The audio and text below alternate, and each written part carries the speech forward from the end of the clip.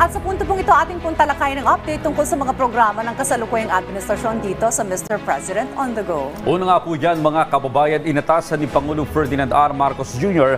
ang Kongreso na unahin yung pagpasa sa 4 na panukalang batas. Ito po yung Anti-Dynasty Bill, Independent People's Commission Act, Party List System Reform Act at ang Kadena Act.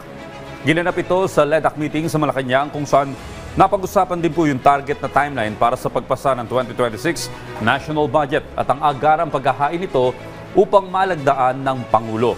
Ayon po sa palasyo, prioridad talaga ng administrasyon yung mga panukalang ito, lalo na yung Anti-Dynasty Bill na matagal nang nasa konstitusyon pero hindi pa naipatutupad. Ang Anti-Dynasty Bill ay naglalayong limitahan ang kapangyarihan ng isa o ilang pamilya sa politika para maiwasan ang pang-aabuso at para mas maraming bagong personalidad ang magkaroon ng pagkakataon maglingkod sa bayan.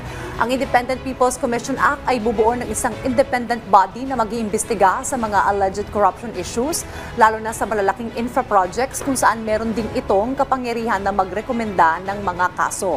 Sa Party List System Reform Act, babaguhin ang current party list system para masigurong tunay na sektor at hindi mga traditional politicians ang nakaupo sa party list seats nang hindi ito naaabuso.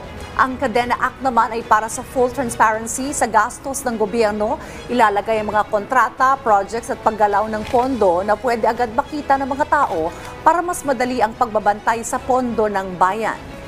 Sina Senate President Tito Soto, House Speaker Faustino D. III at House Majority Leader Sandro Marcos kasama ang iba pang pinuno ng Kongreso ang nangakong tututukan at bibilisan ang pagpasa ng mga naturang panukala. Positibo po ang gobyerno na mga reformang ito ay importante para mas malinis, patas at transparent na pamahalaan na magreresulta ng pagtaas ng tiwala ng taong bayan sa gobyerno.